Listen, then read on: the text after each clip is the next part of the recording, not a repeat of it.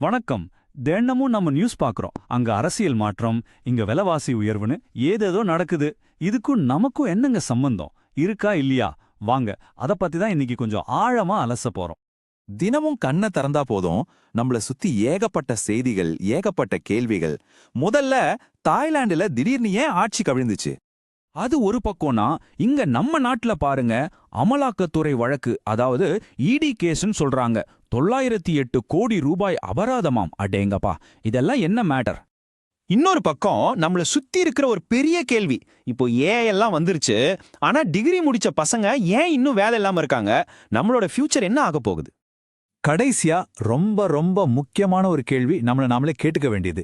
நம்மள சுத்தி இருக்கிற இந்த சிஸ்டம் நம்மள ஒரு எலிப்பந்தயத்துல ஓட வைக்குதா? அதாவது கடன் வாங்கு, செலவு பண்ணு, மறுபடியும் ஓடுன்னு இதுக்குள்ள நம்மள மாட்டி வைக்குதா? சரி வாங்க, இது எல்லாத்தையும் ஒன்னொன்னா பிரிச்சு பார்க்கலாம். சரி, இந்த குழப்பத்தை எல்லாம் தெளிவுபடுத்திக்க நாம ஒரு 5 முக்கியமான தலைப்புல இத பத்தி பேச போறோம். முதல்ல வெளியில நடக்கிற விஷயங்கள், அப்புறம் அது எப்படி நம்மள பாதிக்குதுன்னு உள்ள வருவோம். முதல் பகுதி அதிகார ஆட்டம், அதாவது பவர் கேம்.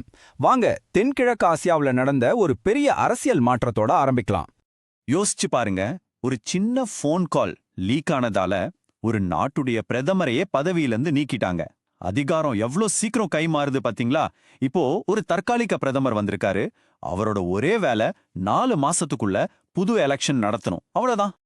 இந்த மாதிரி அதிகார ஆட்டம் வெளிநாட்டுல மட்டும் இல்ல, இங்க நம்ம இந்தியாவிலயும் நடக்குது. இங்க எப்படி நடக்குதுன்னா, சட்டம் மூலமாவும் பணம் மூலமாவும் அதிகாரத்துக்கு செக் வைக்கிறாங்க. வாங்க பார்க்கலாம். இந்த கேஸ்ல இடி யூஸ் பண்ற ஒரு முக்கியமான ஆயுதம் தான் ஃபீமா சட்டத்தோட செக்ஷன் 37A. சிம்பிளா சொல்லணும்னா, நீங்க வெளிநாட்டுல சட்டவிரோதமா சொத்து வச்சிருந்தீங்கன்னா அதே மதிப்புக்கு உங்க இந்திய சொத்தை நாங்க முடக்கிருவோம்னு சொல்றாங்க. பாத்தீங்களா சட்டத்தோட கை எவ்வளவு நீளம்னு? சரி, இதோட விளைவு என்ன? சும்மா இல்ல, கிட்டத்தட்ட 89 கோடி ரூபாய் மதிப்புள்ள சொத்துக்கள் தமிழ்நாட்டுல முடக்கப்பட்டிருக்கு. இதுல விவசாய நிலங்கள், பேங்க் பேலன்ஸ்னு எல்லாமே அடங்கும். ஓகே, இதெல்லாம் சரி. அரசியல்வாதிங்க தப்பு பண்ணாங்க, சொத்தை முடக்கிட்டாங்க. ஆனா இதுல இருந்து தமிழ்நாட்டுல இருக்கிற சாதாரண மக்களுக்கு என்னங்க லாபம்? இதுதான் இங்க மில்லியன் டாலர் கேள்வி. இதுக்கு நேரடியான பதில் உடனே இருக்குன்னு சொல்ல முடியாது. இதுல 2 பக்கம் இருக்கு. ஒரு பக்கம் இத அரசியல்வாதிங்க தப்பு பண்றத தடுக்கும், ஒரு பயத்தை உருவாக்கும்னு சொல்றாங்க. முடக்கப்பட்ட சொத்து கடைசியில அரசாங்கத்துக்கு போகும். ஆனா இன்னொரு பக்கம் பாத்தீங்கன்னா, இதெல்லாம் அரசியல் பழிவாங்கும் நடவடிக்கைன்னு ஒரு குற்றச்சாட்டும் இருக்கு. உண்மையான தீர்ப்பு வரத்துக்கு வருஷக்கணக்காகும். அதுவரைக்கும் மக்களுக்கு எந்த நேரடி பயனும் இல்ல. சரி, அடுத்த பகுதிக்கு போலாம். பொருளாதாரம். இந்த மாதிரி அரசியல் ஆட்டம் எல்லாம் சரி, ஆனா இது நம்ம பாக்கெட்ல எப்படி கை வைக்குது, நம்ம பணப்பைய இது எப்படி பாதிக்குதுன்னு பாப்போம். முதல்ல நம்ம கிச்சன்ல இருந்து ஆரம்பிக்கலாம். இப்போ நம்ம பயன்படுத்துற எல்பிஜி சிலிண்டருக்கு பதிலா பைப்லைன் வழியா பிஎன்ஜி கேஸ் கொண்டு வர்றதுக்கு அரசாங்கம் முயற்சி பண்ணுது. இதுல என்ன நல்லதுன்னா, சிலிண்டர் மாதிரி புக் பண்ண தேவையில்லை, தடை இல்லாம வந்துட்டே இருக்கும். முக்கியமா இது ரொம்ப சேஃப், விலையும் 20% கம்மியாம். ஆனா எல்லா விலையும் இப்படி குறைய மாட்டேங்குதே. உதாரணத்துக்கு அலுமினியத்தை எடுத்துக்கோங்க. காப்பர், ஜிங்க் விலையெல்லாம் குறையுது, ஆனா அலுமினியம் மட்டும் குறைய மாட்டேங்குது. ஏன்னா அதுக்கு கரண்ட் பில் அதிகம். சீனா தன்னோட பாலிசியை மாத்திருச்சு. வளைகுடா பகுதியில போர் பதற்றம் வேற. இந்த 3 காரணமும் சேர்ந்து அதோட விலையை குறைய விடாம புடிச்சு வச்சிருக்கு. சரி, இந்த அரசியல், பொருளாதாரம் இதெல்லாம் சேர்ந்து ஒரு பெரிய சிஸ்டமா இயங்குது. நம்ம அடுத்த பகுதியே அதுதான். இந்த சிஸ்டம் ஒரு தனி மனுஷனா நம்மள எப்படி கட்டுப்படுத்துது? வாங்க பார்க்கலாம். இந்த சிஸ்டத்தோட ரொம்ப பவர்ஃபுல்லான ஒரு கருவி நம்ம எல்லார்கிட்டயும் இருக்கிற ஆதார் கார்டு தான். அது உங்களை உங்க பேங்க் அக்கவுண்டோட, உங்க மொபைல் நம்பரோட, உங்க பான் கார்டோடன்னு எல்லாத்தோடையும் இணைக்குது. ஒரு டிஜிட்டல் சங்கிலி மாதிரி. இதனால நம்மளோட ஒவ்வொரு பைசா வரவு செலவும் கண்காணிக்கப்படுதுன்னு சில மூலங்கள் சொல்லுது. ஒரு பக்கம் இந்த மாதிரி ஒரு டிஜிட்டல் கட்டுப்பாடு உருவாக்கிட்டு இருக்கு. அதே நேரத்துல நம்மள திறமையானவங்களா உருவாக்க வேண்டிய கல்வி சிஸ்டமே ஒரு பெரிய முரண்பாட்டை உருவாக்குது. இந்த ரிப்போர்ட்டை பாருங்க.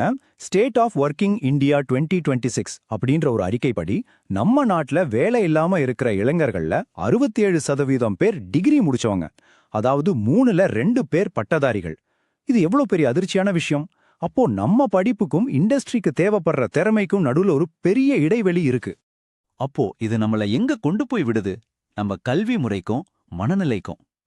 உண்மையில நம்ம சிந்திக்கிறதுக்காக படிக்கிறோமா, இல்ல வெறும் வேலை செய்யறதுக்காக மட்டும் படிக்கிறோமா? இந்த இடத்துல வாழ்க்கைக்கான 2 விதமான பார்வைகளை நம்ம பார்க்கலாம்.